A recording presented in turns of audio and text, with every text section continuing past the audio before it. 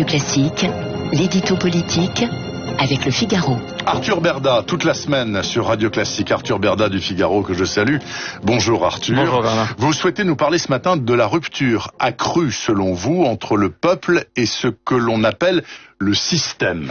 Oui, souvenez-vous Bernard, il y a 2 ans, presque jour pour jour, les Gilets jaunes manifestaient pour la première fois. C'était le 17 novembre 2018 et l'on assistait alors à la naissance d'une espèce de jacquerie incontrôlable qui a rythmé les samedis des Français pendant de très nombreuses semaines. Alors, dans les cortèges, le message était clair, il s'agissait de réclamer plus de démocratie directe, de fustiger le système représentatif actuel et surtout de dégager, c'était le terme, Emmanuel Macron pour le remplacer par le peuple. Bon, la démarche a évidemment échoué, le mouvement s'est éteint à petit feu, mais la contestation et la colère qu'il a révélées, elles sont loin d'avoir disparu, c'est même le contraire, puisqu'elles se sont plutôt renforcées durant ces 24 derniers mois. Et ça, est-ce qu'il y a un moyen de le mesurer précisément ? Oui, justement, c'est tout le travail qui vient d'être fait par la Fondapol, le think tank dirigé par Dominique Régnier, et dont Le Figaro publie ce matin les conclusions. On y apprend que 79% du corps électoral est désormais tenté par un vote dit protestataire en vue de 2022, c'est-à-dire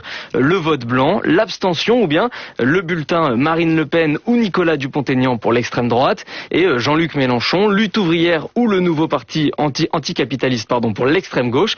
Bref, c'est une première dans l'histoire de ce baromètre d'obtenir de tels résultats et surtout, la grande nouveauté, c'est que la tentation de ce vote contestataire, elle ne se limite plus aux sphères habituelles, mais elle gagne désormais les catégories supérieures, les CSP+, à savoir les artisans, les commerçants, les chefs d'entreprise, les cadres, les professions libérales et tutti quanti. Mais ces chiffres, pour qui est-ce qu'ils sont le plus inquiétants ?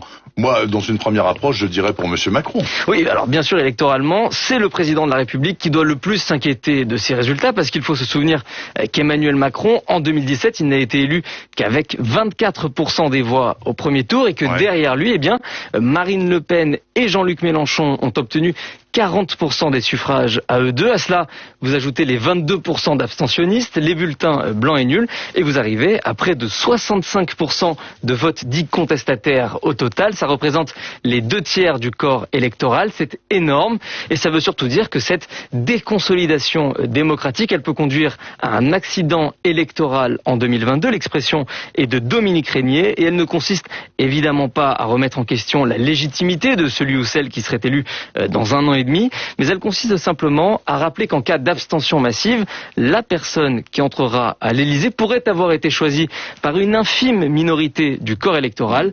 S'ouvrirait alors la voie à des législatives extrêmement incertaines et surtout à une présidence probablement ingouvernable. Merci beaucoup Arthur Berda du Figaro, qui reviendra tous les jours de la semaine.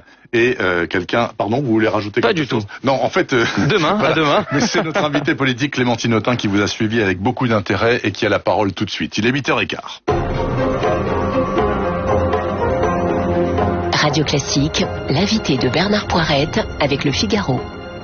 Et donc au micro de Radio Classique ce lundi matin, Clémentine Autain, députée La France Insoumise de Seine-Saint-Denis. On l'a invitée parce qu'elle vient de sortir chez Grasset un livre au titre un petit peu étrange dont on va pouvoir discuter. À gauche, en sortant de l'hypermarché. Clémentine Autain, bonjour. Bonjour. Bon, avec un titre pareil et vous connaissant, je sais que c'est un livre politique, mais d'abord, pour rebondir sur ce que vient de dire Arthur Berda, ça vous surprend cette hypothèse quand même de plus de 2 Français sur 3 qui pour la présidentielle pourraient voter protestataire, c'est-à-dire pas voter pour quelqu'un, mais voter contre quelqu'un?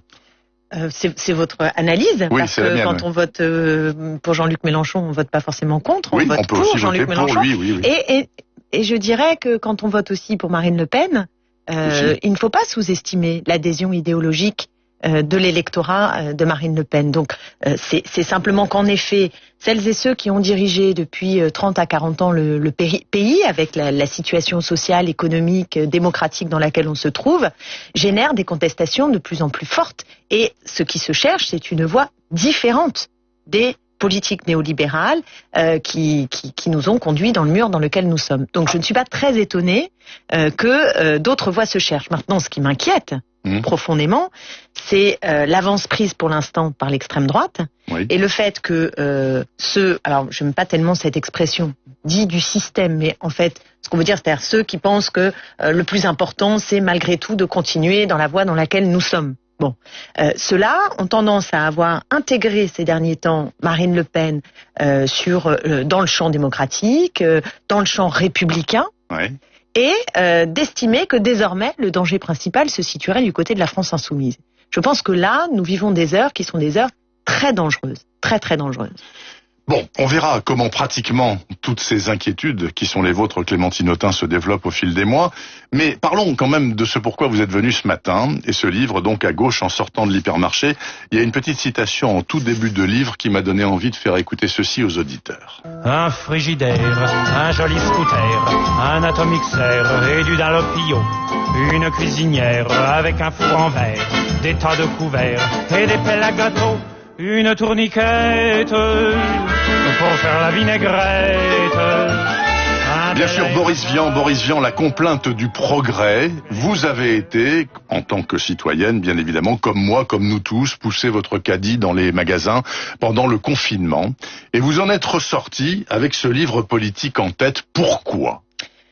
Quel a été le déclic ? En fait, c'est le lieu, il m'a semblé que c'était le lieu qui cristallisait, qui symbolisait des pathologies contemporaines, et notamment cette folie consumériste qui est la nôtre et qui est un héritage. C'est pour ça qu'il y a cette citation de Boris Vian, parce qu'en fait c'est l'après-guerre en particulier, mais même déjà avant, on installe le système du supermarché, de la consommation. Je rappelle qu'on est champion du monde de l'implantation des hypermarchés. Ça c'est un petit peu plus tard, mais ensuite en effet la France a installé le premier hypermarché au monde et effectivement a fait très très fort en la matière avec les centres commerciaux qui sont adossés aux hypermarchés bien souvent et qui sont ces espèces de grandes surfaces en périphérie urbaine. Mais ça c'est pas nouveau, le Covid n'a rien changé à ça.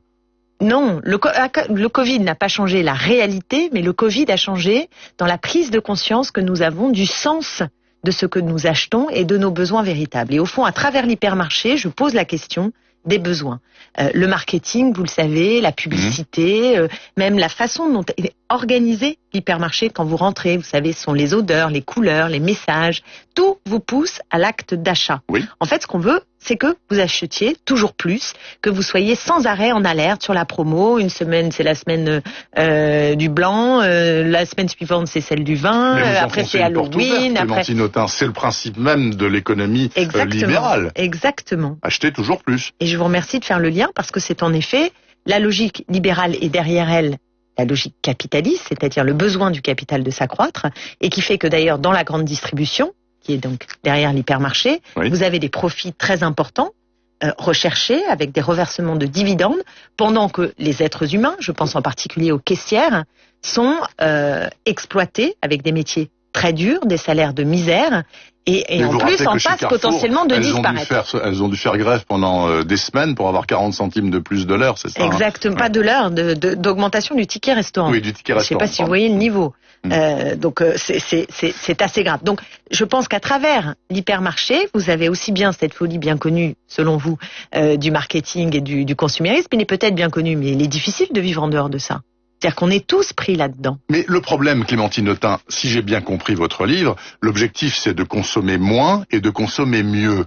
Mais est-ce que finalement ça c'est pas un objectif de bobos et de riches et de nantis? Je pense que c'est d'abord un objectif sérieux pour les plus pauvres d'entre nous et que la question du partage, elle est une des clés pour sortir de là. Je m'explique.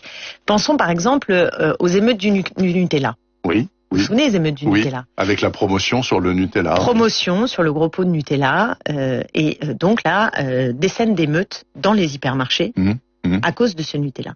Et pourquoi les gens achètent, se sont rués sur ce Nutella? D'abord parce qu'ils n'ont pas beaucoup d'argent, pour ceux qui n'en ont pas, mais aussi parce que c'est un produit sucré, vu à la télé, que les enfants réclament. Et donc on en arrive à se battre pour ça, parce que aussi toute la société nous pousse d'une certaine manière. Donc c'est pas simplement les bobos ou les plus riches, c'est l'ensemble de la population. Et là, le risque aujourd'hui, c'est qu'on ait un système... Vous savez, les hypermarchés sont de moins en moins aimés par les Français. Oui, c'est vrai, ils préfèrent les petites surfaces de quartier, les moyennes surfaces. Pas que, aussi le hard discount.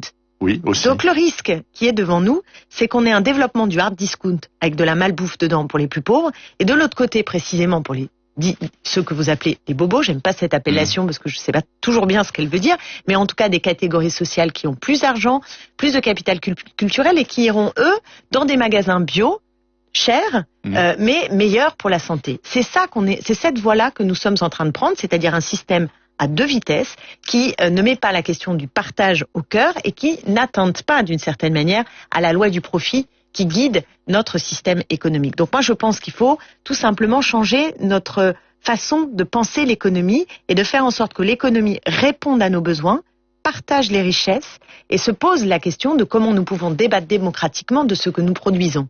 Qui décide aujourd'hui de ce qu'on produit? Qui le décide? Ben, écoutez, Clémentine Autain, on verra. C'est même plus la politique, c'est même plus la démocratie, si tant est que ça l'ait été un jour. Parce que je me méfie toujours de revenir en avant. La démocratie n'a jamais été dans un état de développement et de pureté. Vraiment, pas du tout. Donc, il faut avancer par une rupture démocratique où, justement, cette question des besoins devient un problème majeur. Pas simplement de la répartition a posteriori de ce qu'on produit, vous voyez bien, mais de comment on décide qu'il y a des choses qu'il faut produire massivement. On le voit en ce temps de Covid. Regardez les masques. C'est vrai. On a décidé de liquider les masques à un moment donné, on nous a demandé notre avis. Bon. On a décidé d'arrêter avec les lits dans les hôpitaux parce qu'il fallait être à flux tendu. C'était mieux. Face à une crise sanitaire, on est complètement en burn-out général. Clémentine Autain, il nous reste 1 minute. Je voudrais quand même que vous me donniez votre sentiment sur ce qui se passe entre Paris et Ankara. Parce que c'est quand même incroyable. C'est un truc assez rare. Voilà. Comment vous percevez la chose? Est-ce que là, pour le coup, Emmanuel Macron, il est droit dans ses bottes et il a bien raison de l'être? D'abord, Monsieur Erdogan. Ouais. C'est insensé ce qu'il est en train de faire et de dire de la France et même d'Emmanuel Macron en psychologisant le débat. Et ça, c'est très souvent quand vous avez des profils autoritaires de ce type où on essaye de régler les enjeux intérieurs, c'est-à-dire il est en difficulté en interne et donc il se crée l'ennemi extérieur qui va lui permettre de rassembler sa population. C'est très très classique. Donc c'est inadmissible ce que fait Monsieur Erdogan. Monsieur Macron, en revanche, c'est quand même assez étrange parce que vous savez très bien, comme moi, qu'il fut un temps où on essayait d'être très gentil avec Monsieur Erdogan. Oui, c'est vrai. On n'a pas soutenu les Kurdes en Syrie. Mais à une époque aussi, on était sympa avec Kadhafi, puis on l'a plus été, etc. Oui, mais dans des moments importants, parce qu'aujourd'hui on parle beaucoup, et à raison, du combat contre le terrorisme islamique. Mais ça aurait été bien que quand les Kurdes étaient au front, physiquement, la France ne baisse pas les yeux et aide les Kurdes plutôt que de soutenir Monsieur Erdogan. Merci beaucoup Clémentine Autain pour être venue parler à ce micro de toutes ces choses. Donc à gauche en sortant de l'hypermarché, donc c'est chez Grasset. Merci. Et puis votre appréciation de ce qui se passe entre Paris et Ankara. Je vous souhaite une très bonne semaine. Merci à vous. Il est 8h25 exactement. La note américaine, c'est dans 3 minutes sur Radio Classique. Dans 8 jours exactement, la présidentielle outre-Atlantique. Le résultat, sans doute pas dans 8 jours. C'est ce que va nous dire Laurent Seyme.